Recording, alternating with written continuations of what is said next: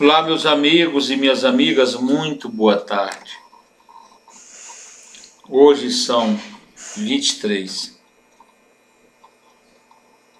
de abril de 2020. Meu nome é Gregório Rabelo e estamos aqui na Tribuna Política.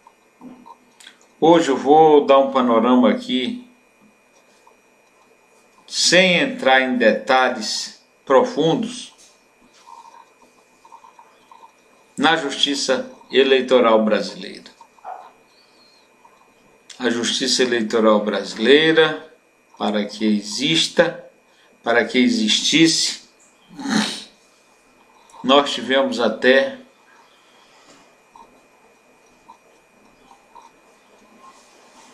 movimentos revolucionários com relação a isso.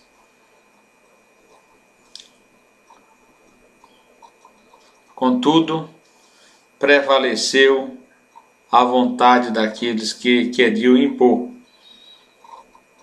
um regramento mais seguro e consentâneo com a verdade dos votos. Daí o Código Eleitoral. Meus amigos e minhas amigas, temos um veso que tem que ser superado imediatamente. A justiça eleitoral é uma justiça insulada pela justiça civil, porque a justiça eleitoral é composta por elementos, por juízes que vêm da justiça civil. O Supremo Tribunal Federal, por exemplo, empresta 3 ministros para o TSE. O STJ empresta 2 ministros para o TSE. E a Ordem do Advogado do Brasil, Seção Nacional, empresta 2 advogados para compor o TSE. De forma que a presidência do TSE sempre será de um dos 3 ministros do Supremo Tribunal Federal que compõem o TSE. E a corregedoria é de um ministro cedido pelo STJ. Dos 2 do STJ, um será sempre o corregedor geral da Justiça Eleitoral. Mas o que me incomoda aí, minha gente, é a segurança da Justiça Eleitoral, que é comprometida com essa justiça emprestada. Assim também com elementos do Estado ou do Distrito Federal, são compostas as justiças eleitorais e do Distrito Federal. Não tem quadro de juízes permanente a Justiça Eleitoral. São juízes e ministros emprestados pela Justiça Comum. Por isso eu digo que não há um comprometimento maior com a Justiça Eleitoral, porque torna-se um bico. A Justiça Eleitoral no Brasil tornou-se um bico para outros juízes.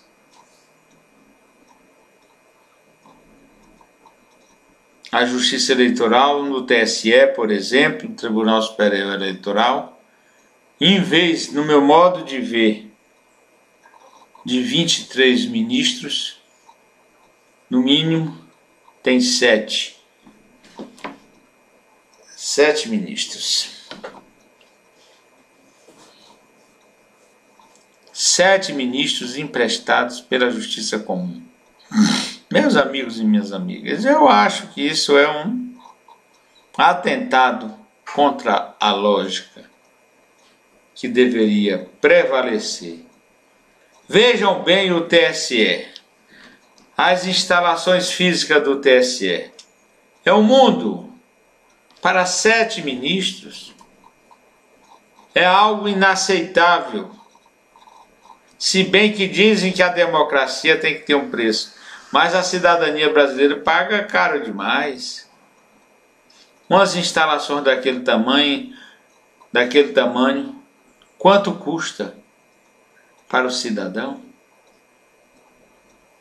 E ainda, eu acho uma ironia termos 7 ministros emprestados. Não são do corpo permanente do TSE.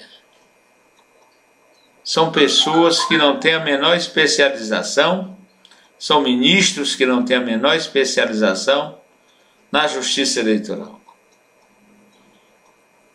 Ficam lá um prazo de 2 anos, podendo ser renovado, mas sem nenhum conhecimento profundo das coisas do direito eleitoral. Lá eles têm competência administrativa e competência judicial. A competência administrativa é aquela onde eles regulam as eleições, inclusive editando resoluções que não podia ser resolução. Deveria ser, sim, instrução normativa, não resoluções. Mas isso é um vício que afeta a todo o judiciário. Todo juiz, todo ministro gostaria de editar leis para produzir suas próprias decisões. É isso que denota, é isso que parece acontecer. Meus amigos e minhas amigas, quem cuida também das urnas eleitorais é essa justiça emprestada, que jura de pé junto que não tem como violar, mas tem. Nós temos um sistema, um processo eleitoral inseguro, muito inseguro, que são as urnas eleitorais. Eu já disse aqui nessa tribuna política que o Brasil não tem cacuete técnico para estabelecer um sistema inviolável. Tudo que nós temos em termos de informática no Brasil, meus amigos e minhas amigas, foi copiado. Veio de fora para cá.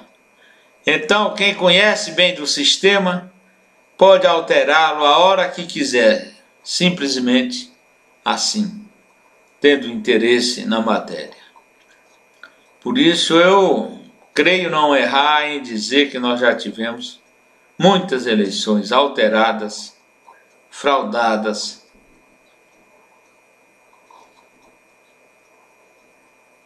em território brasileiro. Porque, vejam bem, eu vou dar uma explicação aqui. Os Estados Unidos, que dizem que é o país tecnologicamente mais evoluído do mundo, ainda usa lá nos Estados Unidos cédulas comuns para fazer, porque a cédula comum ela dá mais segurança. Ela pode ser, com a cédula comum, podemos conferir o voto. Com a cédula eleitoral eletrônica, computadorizada, não tem como aferir, não tem como conferir o seu voto. Isso os Estados Unidos sabem, o Japão sabe, a China sabe, os países europeus, esses países desenvolvidos, não aceitam o sistema eletrônico porque ele é extremamente inseguro.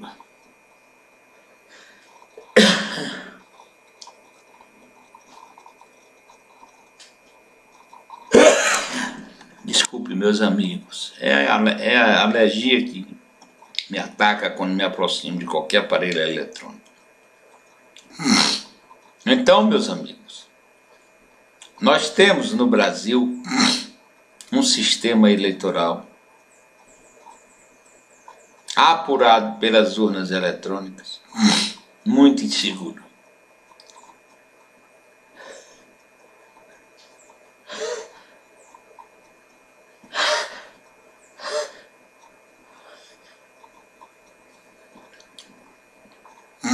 Esse tal voto eletrônico, ele é um voto que, no meu modo de ver, age contra a democracia, porque nós não temos condição de saber se esse voto expressa a vontade de quem votou.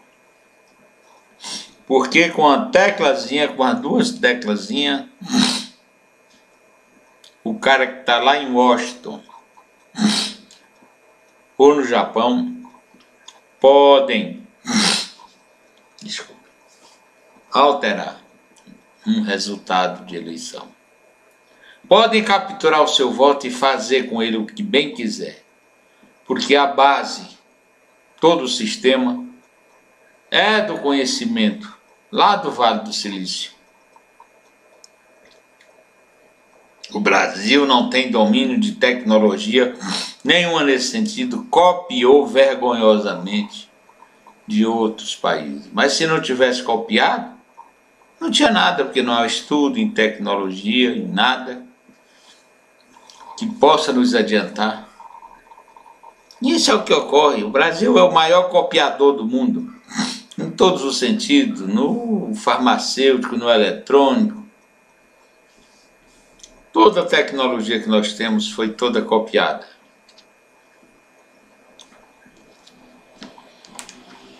Dá até vergonha falar um negócio desse, mas é a pura verdade. Vejam bem como é as verbas do orçamento do Ministério de Ciência e Tecnologia do Brasil. É contingenciado, é modificado, é vilipendiado, é diminuído. Os bolsistas não têm segurança para fazer seu mestrado e seu doutorado lá onde eles vão fazer, ou aqui mesmo no Brasil. É muito pouco incentivo para o muito que se precisa. O Brasil é uma potência econômica no concerto das nações mundiais. O Brasil é hoje a sexta economia. Vejam bem que só não estamos melhor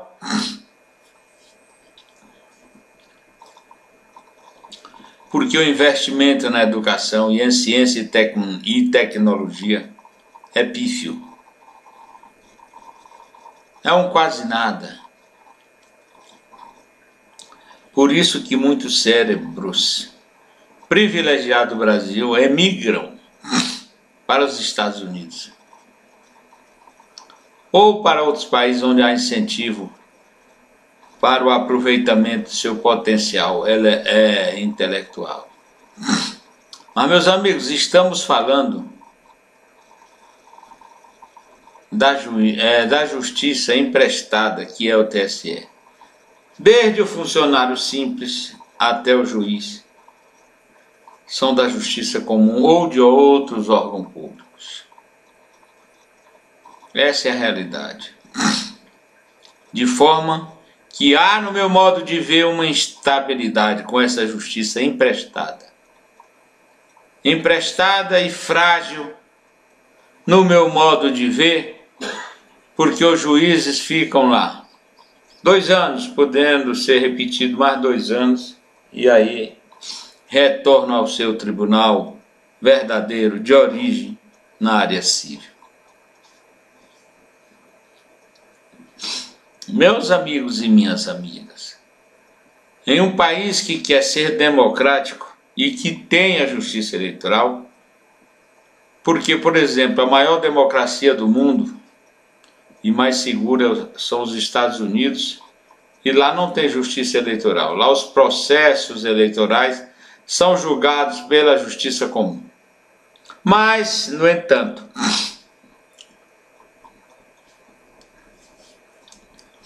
em um país que tem justiça eleitoral e que quer ser uma democracia, que se diz democracia, A justiça eleitoral teria que ser uma justiça titularizada, com juízes, ministros, desembargadores, tudo de carreira da própria justiça eleitoral. Mas o Brasil quer perenizar algo que não deveria nem mesmo ser falado, nem mesmo existir. Que justiça emprestada é essa? Que coisa mais torta? Que coisa mais inverossímil?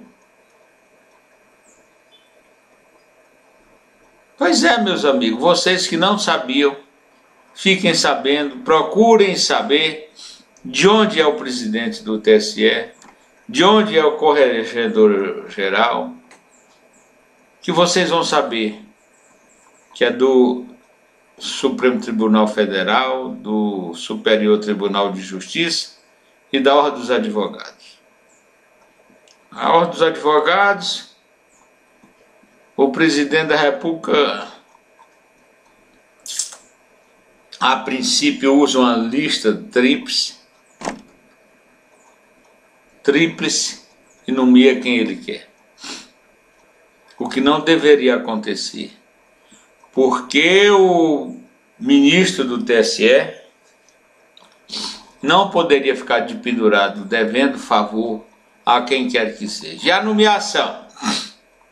nomeação para um cargo de ministro é um favor muito grande. E quem nomeia, chega a hora, uma certa hora, que cobra essa nomeação. Essa é a realidade. Pois é, meus amigos, o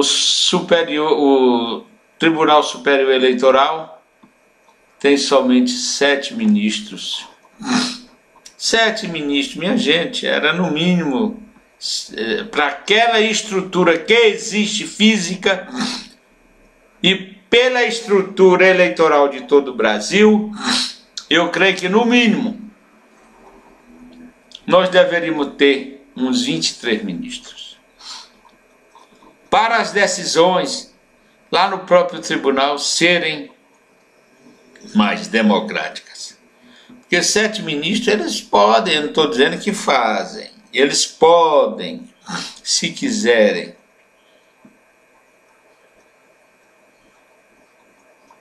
fazer uma articulação interpessoal ali e decidir nos seus gabinetes o destino de muitas eleições. É pouca gente, 7 pessoas. Agora com 23 é muito mais difícil. Eu acredito que nós deveríamos ter no mínimo 23 ministros no TSE. E a estrutura do TSE, meus amigos, é uma estrutura de palácio do primeiro mundo. É um mundo de coisa luxuosa. A gente se sente até intimidado de entrar ali. É guarda para todo lado, te identificando, te admoestando. Eu conheço bem porque sou advogado especialista em direito eleitoral e frequentei por muitos anos as dependências ali do TSE, assistindo em loco às sessões para me inteirar da jurisprudência de como aqueles ministros da justiça emprestada agem. Eu digo aqui, não confio nessa justiça emprestada, porque ela é instável. A imovibilidade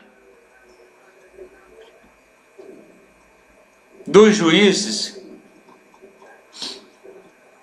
é um ponto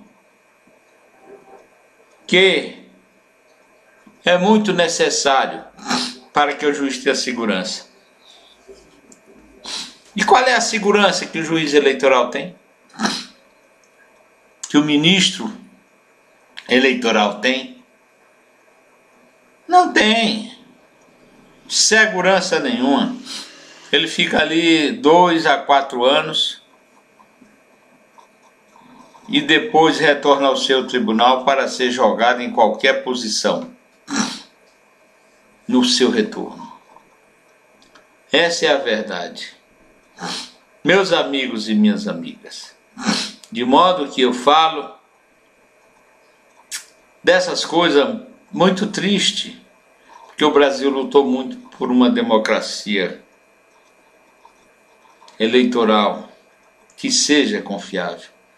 O povo brasileiro tem uma ilusão de algumas coisas que não são verídicas.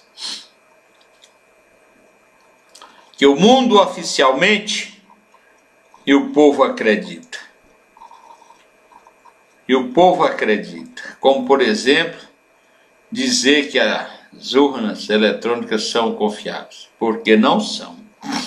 Coloque isso aí na sua cabeça, qualquer coisa que acontecer daqui para frente, com essas urnas eletrônicas, fique atento, minha gente. Por quê? As urnas eletrônicas são frágeis, podem ser violadas. E eu digo mais, não confio nessa justiça emprestada, que é a justiça eleitoral brasileira. Muito obrigado.